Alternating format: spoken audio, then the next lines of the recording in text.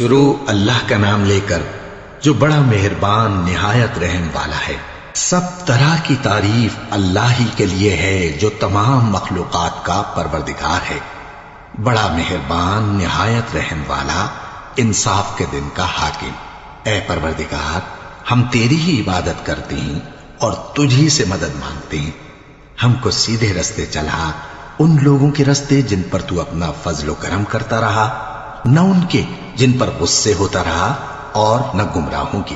آمین۔ اور ماں باپ کے ساتھ بھلائی کرتے رہو، اگر ان میں سے ایک یا دونوں تمہارے سامنے بڑھاپے کو پہنچ جائیں تو ان کو اف تک نہ کہنا اور نہ انہیں جھڑکنا، اور ان سے بات ادب کے ساتھ کرنا، اور عجز و نیاز سے ان کے آگے جھکے رہو اور ان کے حق میں دعا کرو کہ اے پروردگار، جیسا انہوں نے مجھے بچپن میں شفقت سے پرورش کیا ہے تو بھی ان کے حال پر رحمت فرما۔ اسلام میں پورے داخل ہو جاؤ اور شیطان کے پیچھے نہ چلو، وہ تو تمہارا کھلا دشمن ہے۔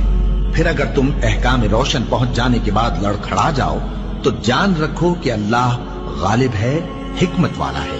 کیا یہ لوگ اسی بات کے منتظر ہیں کہ ان پر اللہ کا عذاب بادل کے سائبانوں میں آ نازل ہو اور فرشتے بھی اتر آئیں اور کام تمام کر دیا جائے؟ اور سب کاموں کا رجوع اللہ ہی کی طرف ہے۔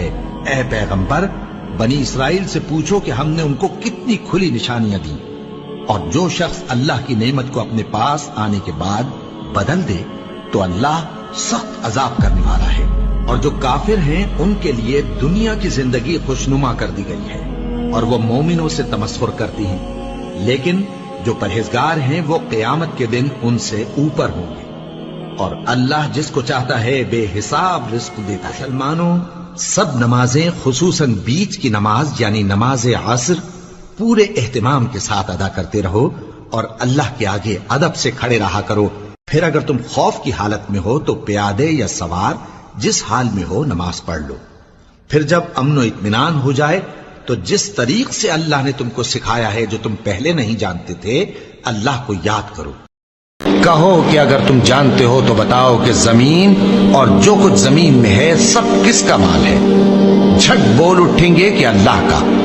کہو کہ پھر تم سوچتے کیوں نہیں؟ ان سے پوچھو کہ 7 آسمانوں کا کون مالک ہے اور عرش عظیم کا کون مالک ہے؟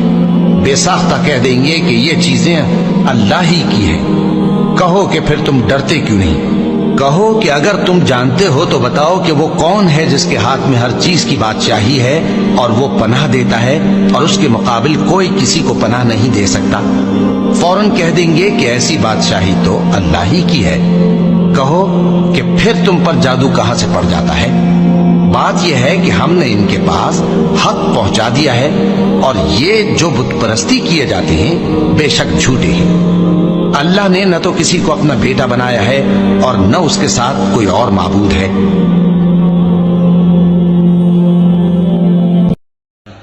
کہہ دو کہ موت کا فرشتہ جو تم پر مقرر کیا گیا ہے تمہاری روحیں قبض کر لیتا ہے، پھر تم اپنے پروردگار کی طرف لوٹائے جاؤ گے، اور تم تعجب کرو جب دیکھو کہ گناہگار اپنے پروردگار کے سامنے سر جھکائے ہوں گے اور کہیں گے کہ اے ہمارے پروردگار، ہم نے دیکھ لیا اور سن لیا، تو ہم کو دنیا میں واپس بھیج دے کہ نیک عمل کریں، بے شک ہم یقین کرنے والے ہیں۔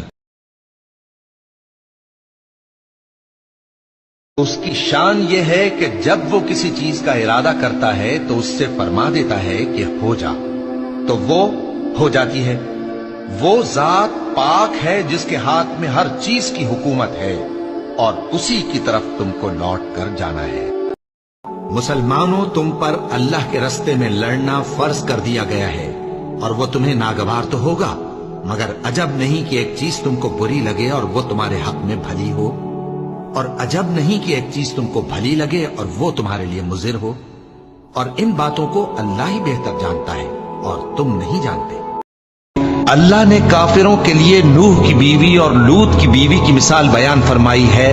یہ دونوں ہمارے 2 نیک بندوں کے گھر میں تھیں، اور دونوں نے ان سے خیانت کی، تو وہ اللہ کے مقابلے میں ان عورتوں کے کچھ بھی کام نہ آئے، اور ان کو حکم دیا گیا کہ دوسرے داخل ہونے والوں کے ساتھ تم بھی دوزخ میں داخل ہو جاؤ۔ اور مومنوں کے لیے ایک مثال تو فرعون کی بیوی کی بیان فرمائی کہ اس نے اللہ سے التجا کی کہ اے میرے پروردگار، میرے لیے بہشت میں اپنے پاس ایک گھر بنا اور مجھے فرعون اور اس کے عمل سے نجات بخش اور ظالم لوگوں سے مجھ کو چھڑا لے۔ اور دوسری مثال عمران کی بیٹی مریم کی، جنہوں نے اپنی عزت و ناموس کو محفوظ رکھا تو ہم نے اس میں اپنی روح پھونک دی، اور وہ اپنے پروردگار کے کلام اور اس کی کتابوں کو برحق سمجھتی تھیں اور وہ فرما برداروں میں سے تھی۔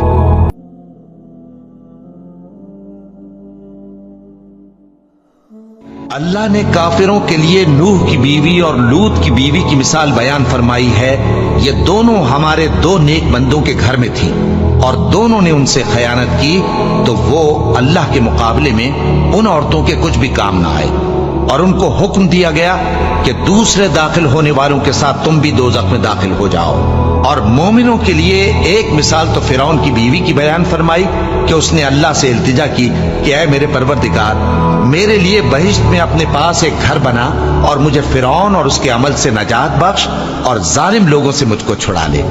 اور دوسری مثال عمران کی بیٹی مریم کی، جنہوں نے اپنی عزت و ناموس کو محفوظ رکھا تو ہم نے اس میں اپنی روح پھونک دی، اور وہ اپنے پروردگار کے کلام اور اس کی کتابوں کو برحق سمجھتی تھیں اور وہ فرما برداروں میں سے تھی۔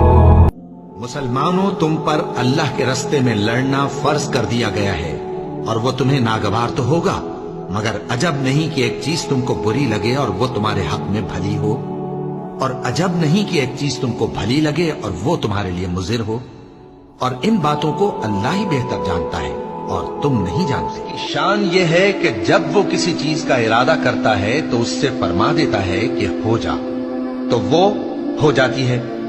وہ ذات پاک ہے جس کے ہاتھ میں ہر چیز کی حکومت ہے، اور اسی کی طرف تم کو لوٹ کر جانا ہے۔ کہو کہ اگر تم جانتے ہو تو بتاؤ کہ زمین اور جو کچھ زمین میں ہے سب کس کا مال ہے؟ جھٹ بول اٹھیں گے کہ اللہ کا۔ کہو کہ پھر تم سوچتے کیوں نہیں؟ ان سے پوچھو کہ 7 آسمانوں کا کون مالک ہے اور عرش عظیم کا کون مالک ہے؟ بے ساختہ کہہ دیں گے کہ یہ چیزیں اللہ ہی کی ہیں۔ کہو کہ پھر تم ڈرتے کیوں نہیں؟ کہو کہ اگر تم جانتے ہو تو بتاؤ کہ وہ کون ہے جس کے ہاتھ میں ہر چیز کی بادشاہی ہے اور وہ پناہ دیتا ہے اور اس کے مقابل کوئی کسی کو پناہ نہیں دے سکتا۔ فوراً کہہ دیں گے کہ ایسی بادشاہی تو اللہ ہی کی ہے۔ کہو کہ پھر تم پر جادو کہاں سے پڑ جاتا ہے؟ بات یہ ہے کہ ہم نے ان کے پاس حق پہنچا دیا ہے، اور یہ جو بت پرستی کیے جاتے ہیں بے شک جھوٹے ہیں۔ اللہ نے نہ تو کسی کو اپنا بیٹا بنایا ہے اور نہ اس کے ساتھ کوئی اور معبود ہے۔ کہہ دو کہ موت کا فرشتہ جو تم پر مقرر کیا گیا ہے تمہاری روحیں قبض کر لیتا ہے، پھر تم اپنے پروردگار کی طرف لوٹائے جاؤ گے، اور تم تعجب کرو جب دیکھو کہ گناہگار اپنے پروردگار کے سامنے سر جھکائے ہوں گے اور کہیں گے کہ اے ہمارے پروردگار، ہم نے دیکھ لیا اور سن لیا، تو ہم کو دنیا میں واپس بھیج دے کہ نیک عمل کریں، بے شک ہم یقین کرنے والے ہیں۔ مسلمانوں، سب نمازیں خصوصاً بیچ کی نماز یعنی نماز عصر پورے اہتمام کے ساتھ ادا کرتے رہو، اور اللہ کے آگے ادب سے کھڑے رہا کرو۔ پھر اگر تم خوف کی حالت میں ہو تو پیادے یا سوار جس حال میں ہو نماز پڑھ لو۔ پھر جب امن و اطمینان ہو جائے تو جس طریق سے اللہ نے تم کو سکھایا ہے جو تم پہلے نہیں جانتے تھے، اللہ کو یاد کرو۔ کہ اگر تم جانتے ہو تو بتاؤ کہ وہ کون ہے جس کے ہاتھ میں ہر چیز کی بادشاہی ہے اور وہ پناہ دیتا ہے اور اس کے مقابل کوئی کسی کو پناہ نہیں دے سکتا۔ فوراً کہہ دیں گے کہ ایسی بادشاہی تو اللہ ہی کی ہے۔ کہو کہ پھر تم پر جادو کہاں سے پڑ جاتا ہے؟ بات یہ ہے کہ ہم نے ان کے پاس حق پہنچا دیا ہے، اور یہ جو بت پرستی کیے جاتے ہیں بے شک جھوٹے ہیں۔ اللہ نے نہ تو کسی کو اپنا بیٹا بنایا ہے اور نہ اس کے ساتھ کوئی اور معبود ہے۔ ایسا ہوتا تو ہر معبود اپنی اپنی مخلوقات کو لے کر چل دیتا اور ایک دوسرے پر چڑھ دوڑتا۔ یہ لوگ جو کچھ اللہ کے بارے میں بیان کرتے ہیں اللہ اس سے پاک ہے۔